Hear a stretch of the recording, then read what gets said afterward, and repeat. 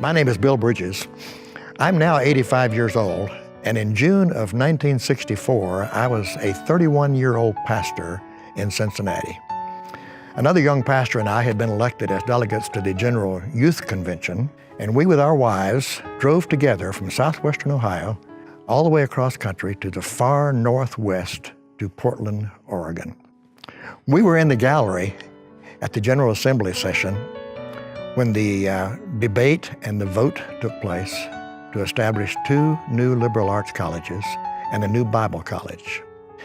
This was a momentous occasion, especially when you consider the fact that two general superintendents left the platform and came down to the floor to debate one another on opposite sides of the issue. And while this was happening in 1964, the Vietnam War was on the horizon. Many college campuses were hotbeds of dissent. Some small colleges were closing, and the Nazarenes are starting 2 new ones. Wow. The new colleges were chartered in 1966 and elected presidents and boards of trustees.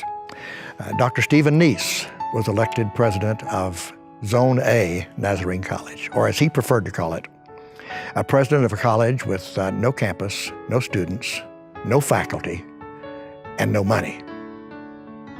Before long, they had accepted an offer from the city of Mount Vernon of a campus of 209 acres, part of an historic farm purchased with $209,000 donated by the citizens of Mount Vernon in a campaign led by 2 Nazarene laymen, Mr. Dale Foster and Russell Wise. And this place became Mount Vernon Nazarene College. In early 1967, I received a phone call from Dr. Neese requesting a time that he could come to my church and promote the new college. I was happy to do that. So that day when he arrived, we got acquainted in a few moments before the service. When he learned that I had a speech communication background, he probed a little as to my interest in a new college. And before he left, he asked me to write him a letter and tell him of my philosophy of Christian education and how I thought I might fit into a new college like this if I had the opportunity. That letter led to a conversation at our district assembly and an invitation to come to Mount Vernon for an interview with Dr. Neese and Academic Dean Lloyd Taylor, at the end of which I was asked to join the faculty of Mount Vernon Nazarene College. Number 4 hired, I'm told. So in the summer of 1968, we and our 4 children moved to Mount Vernon. I joined a faculty of 18 to start the process from scratch. I will never forget that first faculty meeting when I looked around at so many experienced educators and me. I said, Bill Bridges, what have you done? Well, what a great group of people they really were.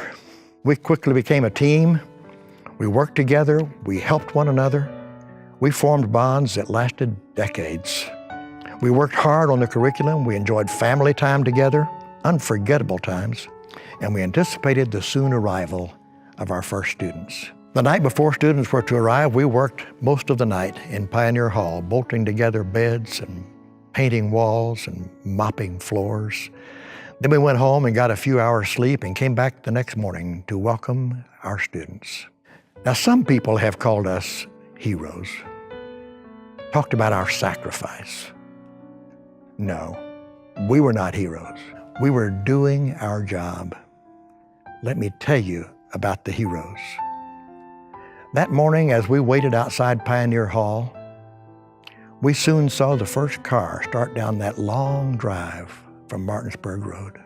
They pulled into the gravel parking lot in front of Pioneer Hall. The doors opened, and out stepped our heroes. There were 180 heroes that day. They came to a college with no track record, no accreditation, never having held a single class. All we had to offer were promises, and they came anyway. Their footprints are forever enshrined in the gravel and mud under the asphalt parking lots and concrete sidewalks all over the campus. And what about their parents? Why would they pay good money to send their 18-year-old daughters and sons to us? They didn't even know us. Well, I'll tell you, they believed. They were heroes too. Those students and parents were vital in setting MVNU on her course. And what are they doing today, those first students, 50 years later? Well, they're now in their late 60s, and they are raising money for scholarship funds for today's students. In this 50th anniversary of MVNU, they have a goal of $50,000 for student scholarships. They're still heroes. They set the standard 50 years ago, and they're still doing it. From that October day, a half-century ago, they have been followed by more than 20,000 students, today shining forth all over the world. And every year, instead of 180 students, there are 2,000 students in MVNU classrooms on property worth not $209,000, but millions of dollars. From meager beginnings, see what God has done. Little is much when God is in it. To God be the glory. MVNU, shine forth.